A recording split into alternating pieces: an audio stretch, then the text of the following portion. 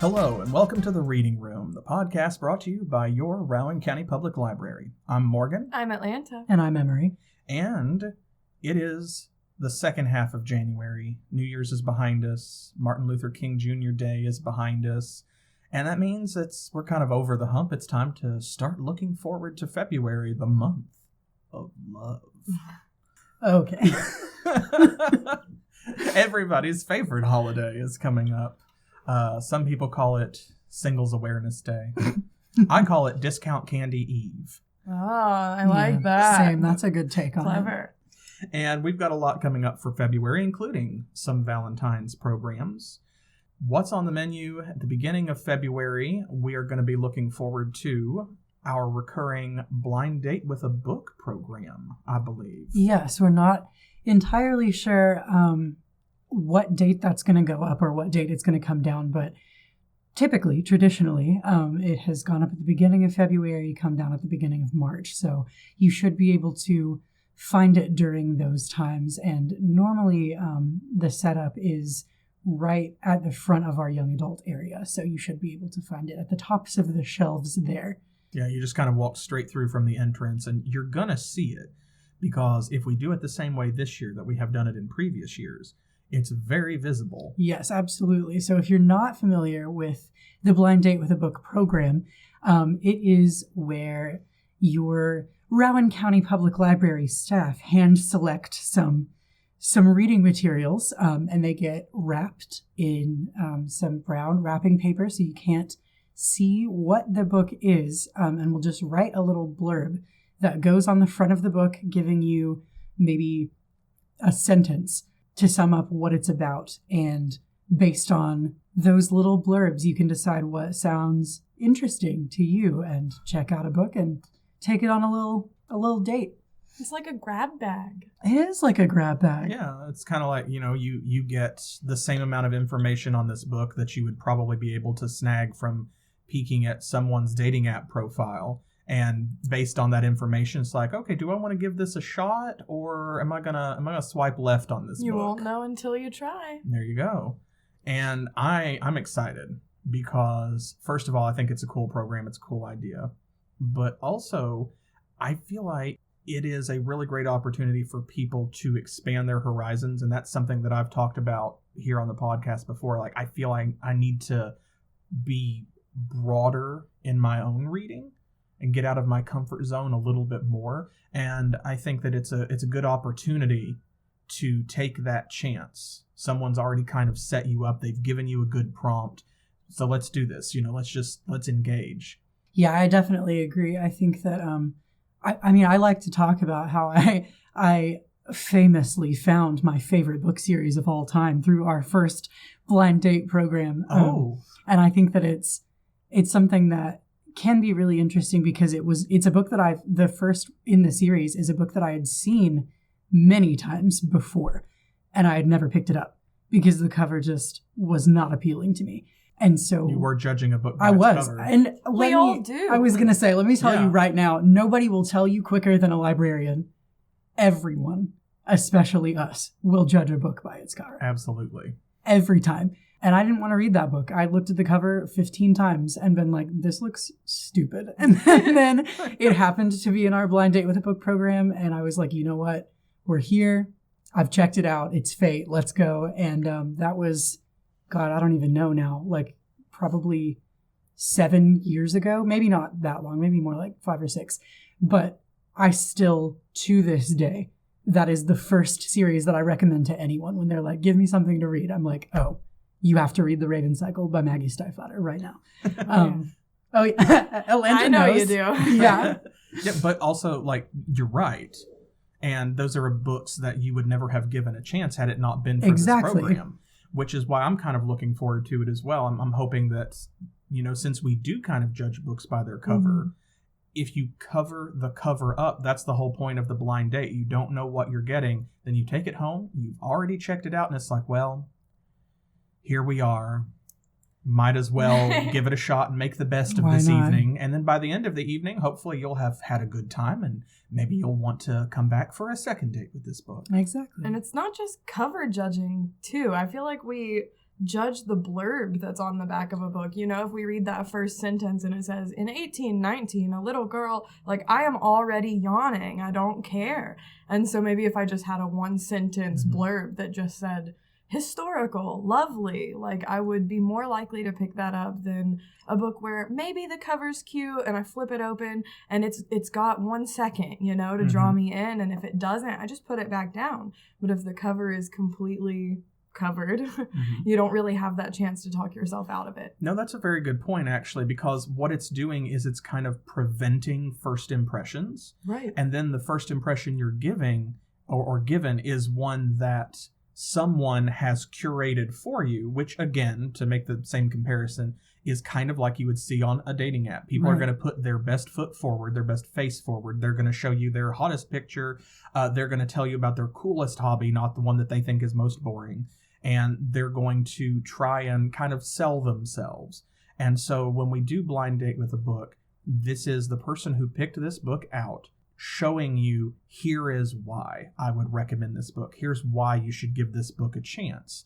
And if that is a book that normally might not be able to stand as strongly on the merits of its own cover or that blurb on the back, then this way, you don't know until you crack it open, and then it has that chance on the first page to draw you in.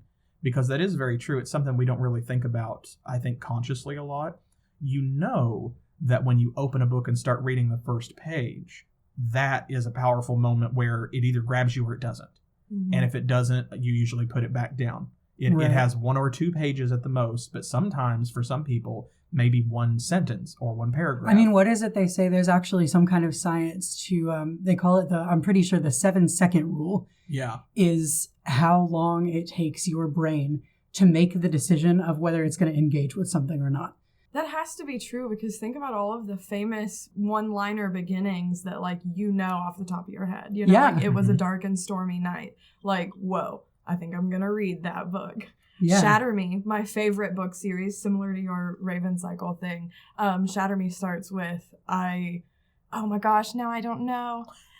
It's about her being in prison, but it says, like, I've spent the past 397 days in prison. And that's, like, that's the whole first sentence. And for some reason, like, every time I read it, it immediately pulls me in. And I feel like that's so much of this, too, is that, like, when we are taking these books that we personally are curating this collection of to recommend to you, we're going to try as hard as we can to hook you with that blurb. So, like, if it's something that we've looked at, and we don't like what the inside jacket says, and we think, man, if this was my introduction to this book, like, I wouldn't have wanted to read it either.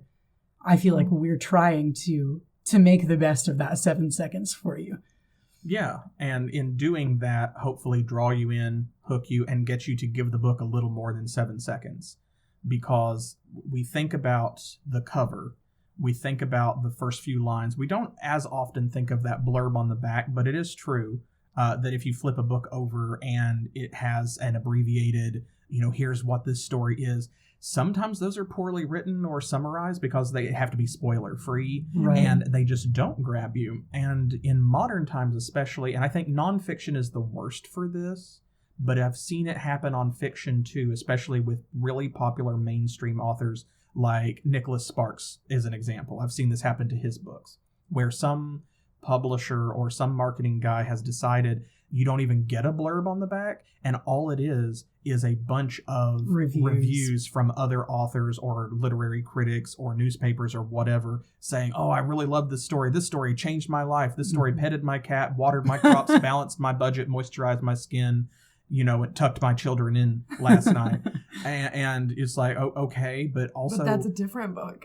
Yeah, and like, who are these people? If it's not an author I know, I don't care. Yeah. If I look at a sci-fi or fantasy novel and I flip it over and I see that Anne McCaffrey has endorsed it, it's like, oh, I know who that is. I like her books too. I'll read this one. But if you don't know who Anne McCaffrey is, why would that matter? Yeah. I still don't know that I care. Like, I would rather have a description of the book than what someone else thought when they read it.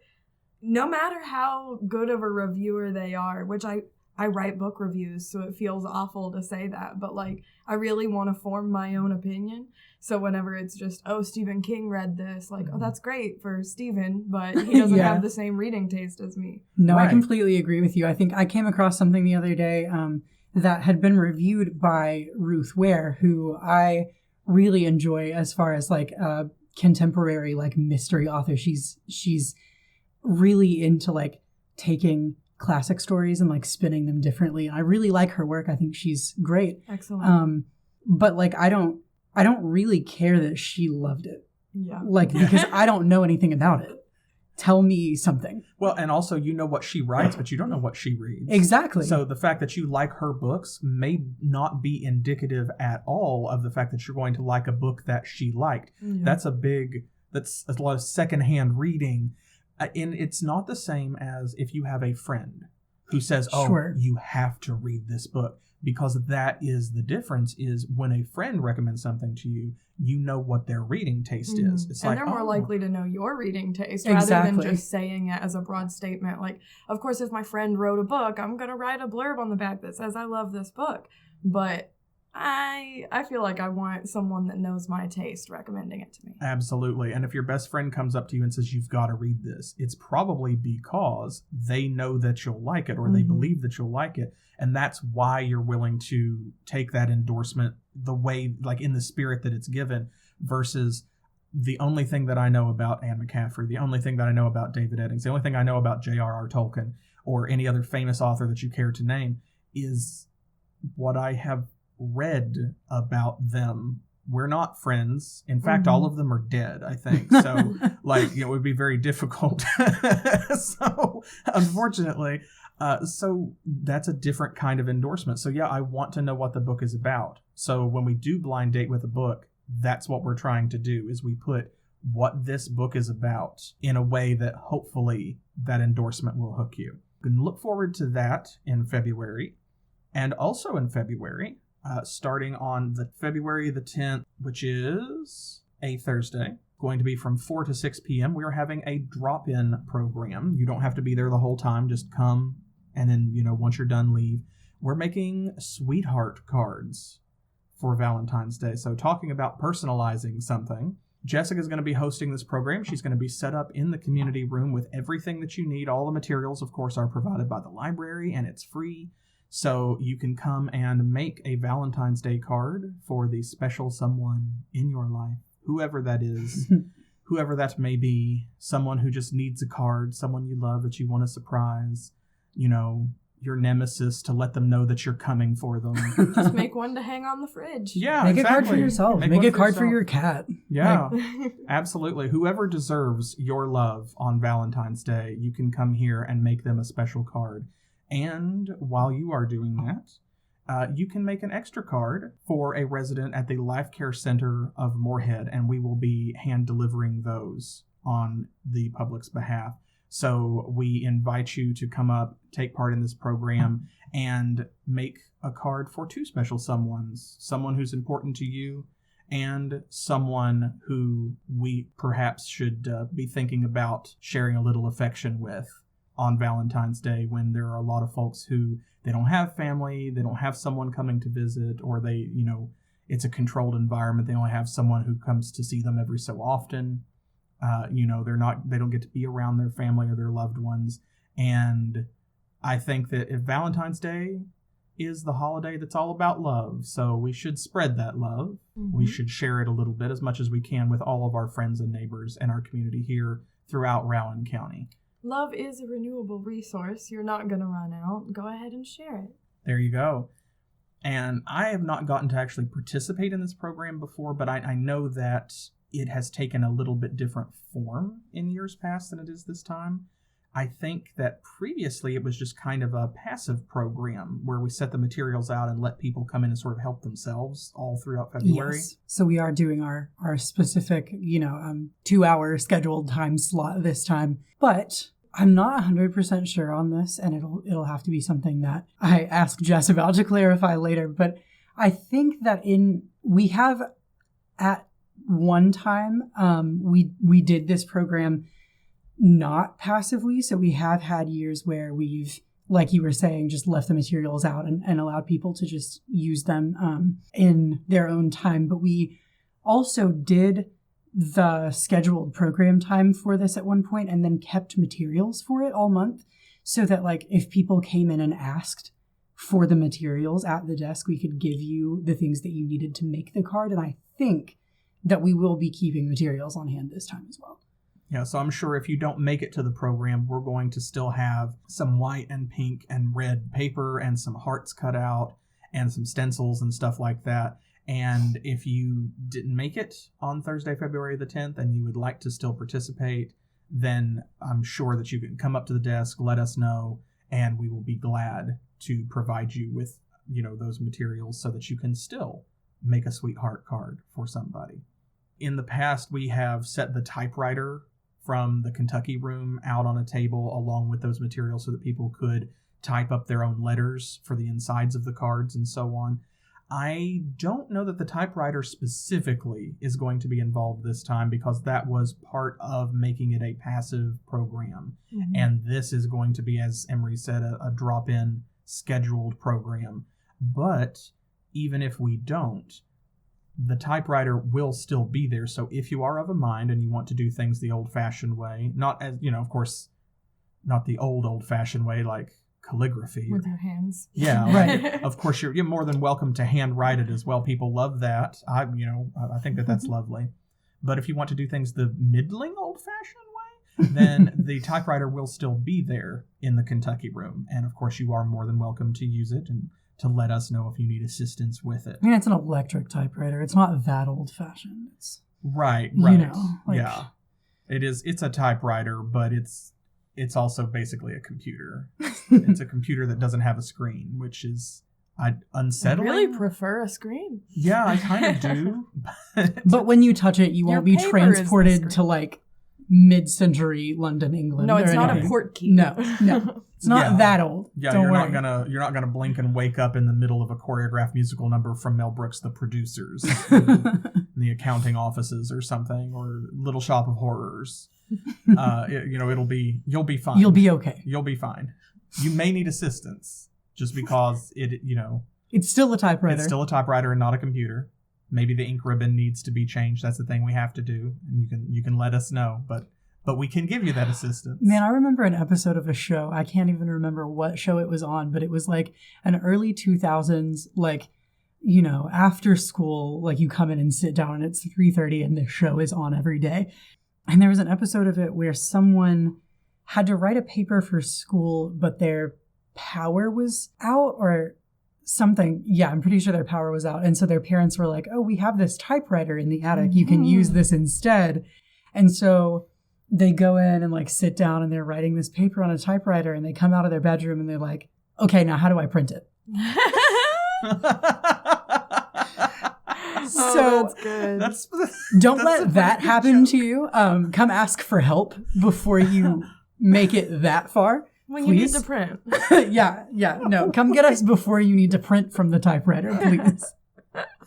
Oh, imagine the actual letters on the page. It's like, okay, but how do I print it though? I could see that. Yeah. I could kind of see that. It's like a kid looking at a floppy disk and going, oh, hey, you 3D printed the save icon. Yeah. And I just age like Benjamin Button. Just sprouting like colonial era white, like sideburns. Drying up. Oh my goodness gracious. Oh, how do I print from a typewriter? Well, do we have a book about that? Very carefully. Yeah, I don't know. Do we have a book about that? We should. I don't know. I almost said that maybe that's a program we should have, is how to use a typewriter. No, nobody not really. needs to know that. No, we only have one. Yeah, and also it's the same as how to use a computer. You pull the paper out when you're done. That's how you print. That's how you print. You just grab it and just yank. Jerk. Yeah. You just give it a tug. I didn't realize until I owned a typewriter how much more difficult the concept of margins is when you are physically placing the paper into what you are printing yeah. it on. I think that the one we have in the Kentucky room actually has like margin guides. I think that it does too. And a lot of electric typewriters will like adjust your paper for you. But I have a Royal from oh my gosh. like a real long time ago that very much is not electric. It actually barely works now because I left it out in the rain at my wedding because I used it as my guest book and then didn't put it in a car. So that was, not the move maybe. Cute though. But no, it is. Yeah, it's great. I love it a lot. It's my baby. But I didn't know how like not practical actually using a typewriter for like real things TM would be until I had one and tried to use it for real things. So maybe don't. Like, there's a reason that the technology has progressed the way that it has. Just use a computer. Yeah, that's the reason why secretarial and clerical work was a skill set. Mm-hmm. It was something that you had to learn and be good at. It gives a whole new meaning to 60 words per minute. Right. I hadn't even thought about that. Right, absolutely. Like, and also, wow. imagine filling in, like, blank lines on paperwork that precisely. Ooh. Like, lining it up perfectly Mm-hmm. to place things where you needed to. I can't imagine having to do that now. Honestly, yeah, it's kind of like navigating a card catalog in older libraries before we got ILSs and stuff and online catalogs, OPACs. Just that was a skill set, and it was something you had to learn to be good at, and it was very easy to not be good at it because you didn't need that skill set. That's why it was specialized. So nowadays, I think it's a lot easier for many people to learn because it is computer-based, and computer skills are already fundamental skills, which, I mean, that's also why it's very important that folks who don't have access to those skills or never had a reason to develop them need to develop them, and we need to provide opportunities and training for them to do that. Right, absolutely. Because it is critical, it is ubiquitous, it is basically a life requirement at this point, especially with this is one of the services that the library provides is internet access and computer access, because so many things, so many like government services are no longer available via mail or in person or even by fax. I actually saw a government form just a couple days ago that specifically said we are no longer accepting verification for this particular service or form via fax. Yes. It must be submitted electronically only. And I mean, there's this assumption by a lot of businesses and organizations that everyone is computer literate and everyone has internet access and a computer at home. And that's not true, even though a lot of people, most people nowadays probably have a smartphone or some similar device. Maybe that's all they know how to use because it's in their hand all the time. And that is a different skill set from using a computer. It absolutely is. Knowing how to use an iPhone doesn't teach you how to use a MacBook. No, it doesn't. And you'd be surprised how many people can use their iPhone well enough to like open the image that looks like a phone, but would never know that they've got like a Facebook app. So like they may own an iPhone, but that doesn't necessarily mean that they know how to use it. So I certainly wouldn't want to put too much pressure on those Definitely people. true. Exactly, because you can open that form and you may have so much more trouble filling it out on that tiny screen. And then your email is in a separate program because you're using an app and not a browser and blah, blah, blah. That's why things are still separate the way that they are between computers and smartphones in many cases. And so that's something that we have to think about, is that these are necessary skills and we've got to acquire them. We have to use them. But also, they are skills and you are not born with them. And speaking of computer skills, if those are skills you already possess, you should check out our website, which of course is rowancountylibrary.org, and visit our blog, which is right there on that top menu bar. Of course, we're going to have some changes coming to the website soon. We're going to be doing a little bit of reorganizing, but we would like for most things that you're used to kind of already stay in the same place if we can arrange it. So you'll be able to find the blog one way or the other. And you should go check it out at the first of every month, because Atlanta puts together a list of reading recommendations based around the theme of the month. But we also have something a little special for you because you just made a mid-month post. Oh, yeah. For the first time, there's a nice little surprise. I felt like I was going to branch out of the book recommendation genre. So I recommended some books. Way to fight the power. I thought it would be fun, step out of my comfort zone. But to go along with winter reading, instead of recommending books that go along with a certain theme, I thought it would be fun to give little challenges to the patrons. If you don't know what you're looking to read, you don't have anything in mind, maybe you can find a book that fits these descriptions. For example, one of them is read a book with snow on the cover. And so I had some of our circulation staff recommend books that they would read under each of those categories. So you've got, instead of 1 recommendation, 5 for each of these topics. And I think it'd be a lot of fun. I gave 5 outlines to do because each age group for winter reading is reaching toward a different goal. But if you're an adult, I believe you're reaching toward between 3 and 5 books to be entered in the drawing. I think it's 3 to get like the reward of yay, you did winter reading, and then 5 to be entered in a drawing for the grand prize.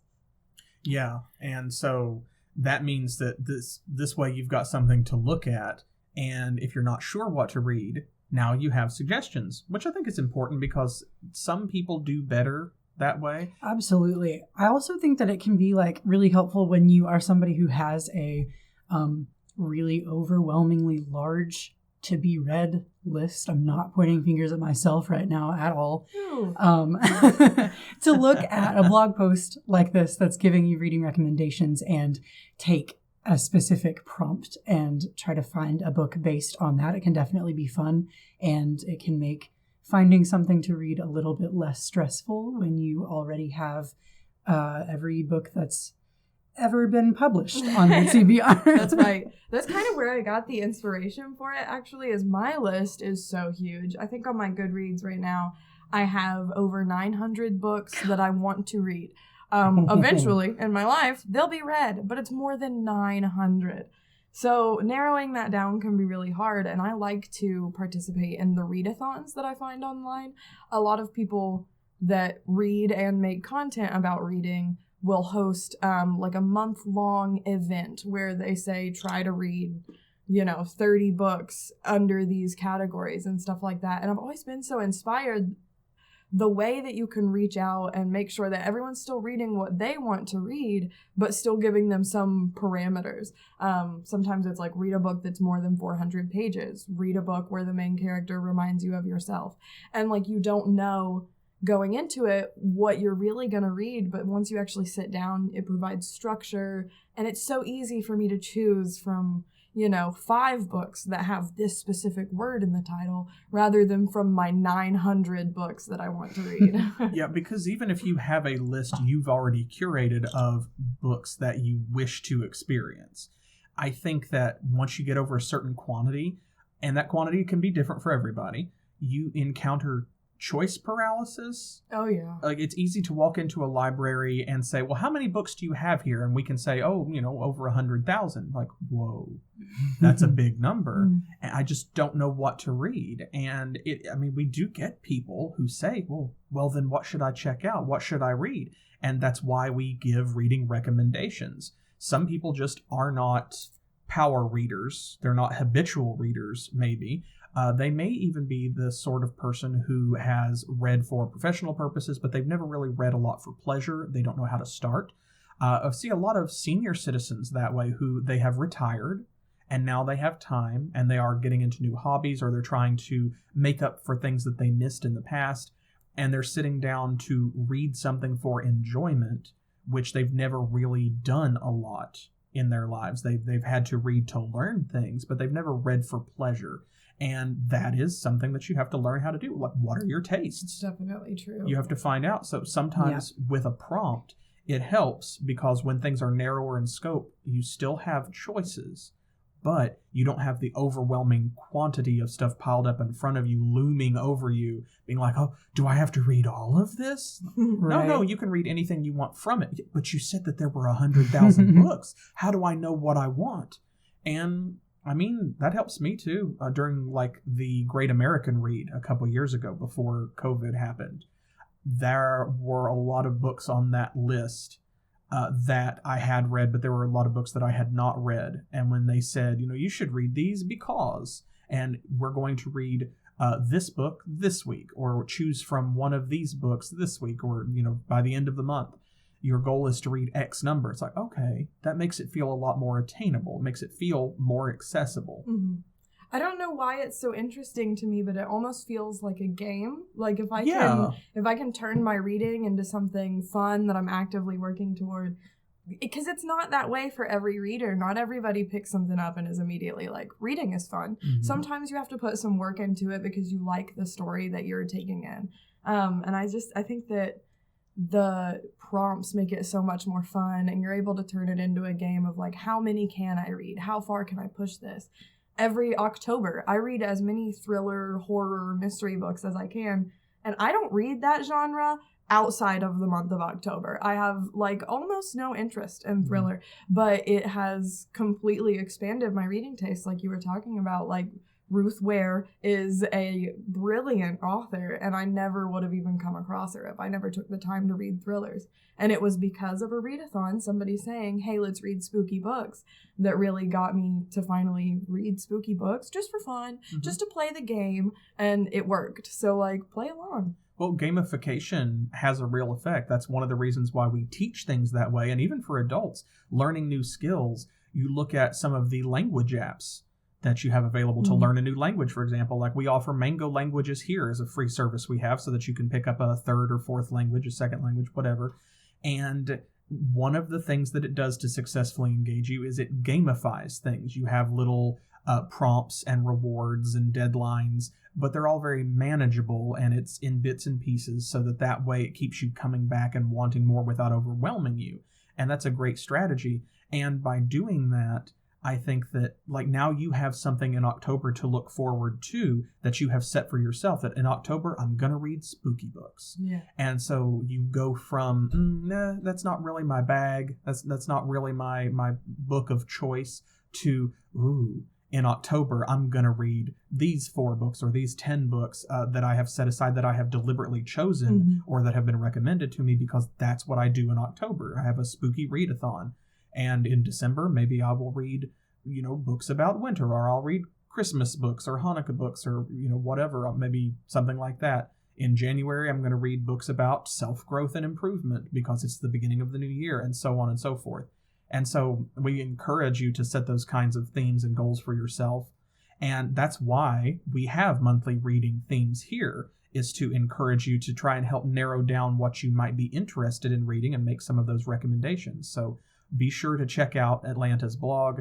Be sure to check out Jessica's display at the beginning, or the beginning of the library. Listen at me. I think the entrance of the library, right up front. Yes, we're right at the beginning. We're at the beginning. Yeah, right where you start the library.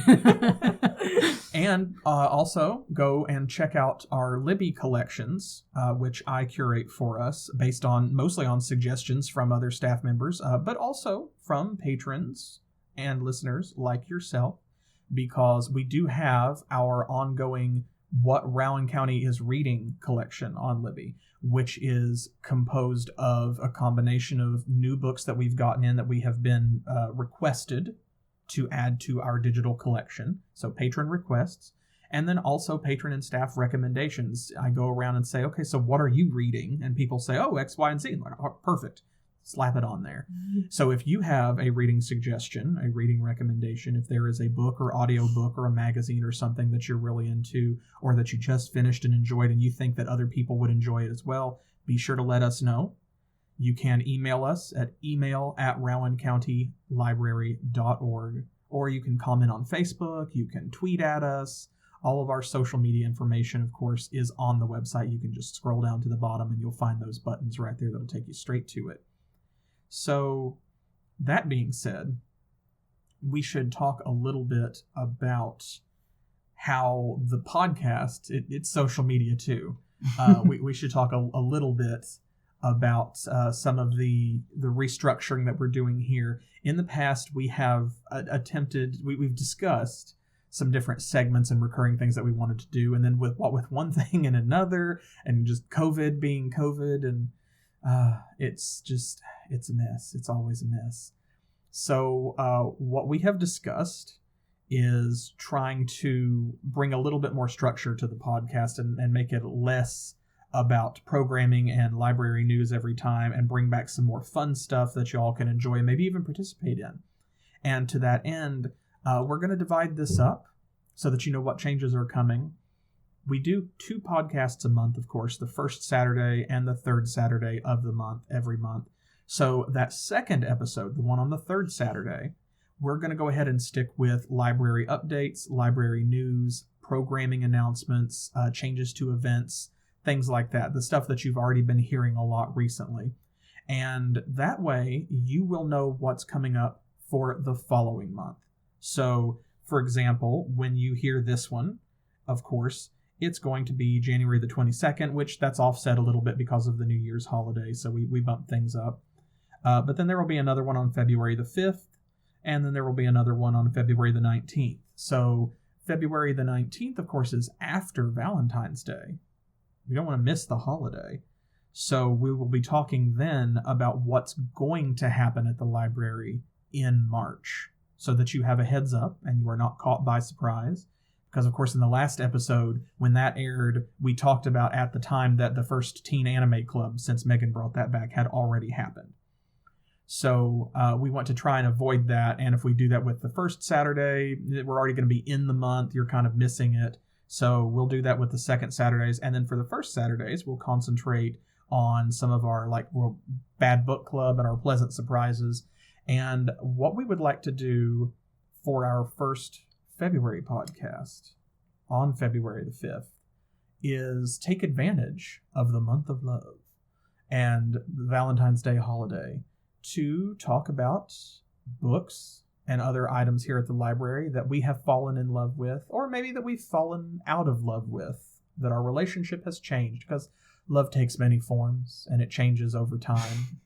So maybe you're just platonic with this book now versus, maybe it was a more intense love, a different love. Just a fling. Yeah. Or, it was the first summer love of your childhood so long ago. And now, as an old man, I look back at this book and go, what was I reading? Why were we ever together? Oh, you ruined my life and took half my stuff when you left.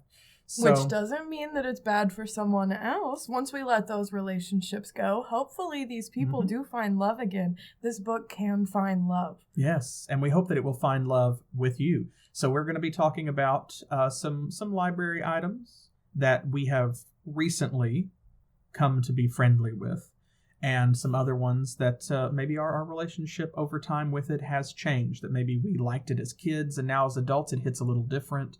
Or maybe you just can't relate to it anymore, or maybe you hate it now, or maybe you still love it, but in a different way. And so you can look forward to that and send us your recommendations. Let us know in the comments and on social media what books or movies or audiobooks or video games or magazines or whatever that you have fallen in or out of love with, or how your relationship with it has changed over time. And We'll post about this, of course, when the blog goes up on social media to remind you.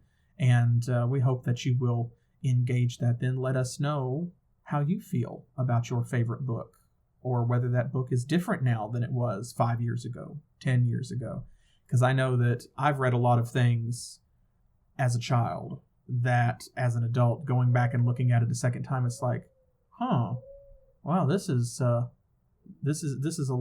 much different story to me now, or I get a different kind of enjoyment out of this.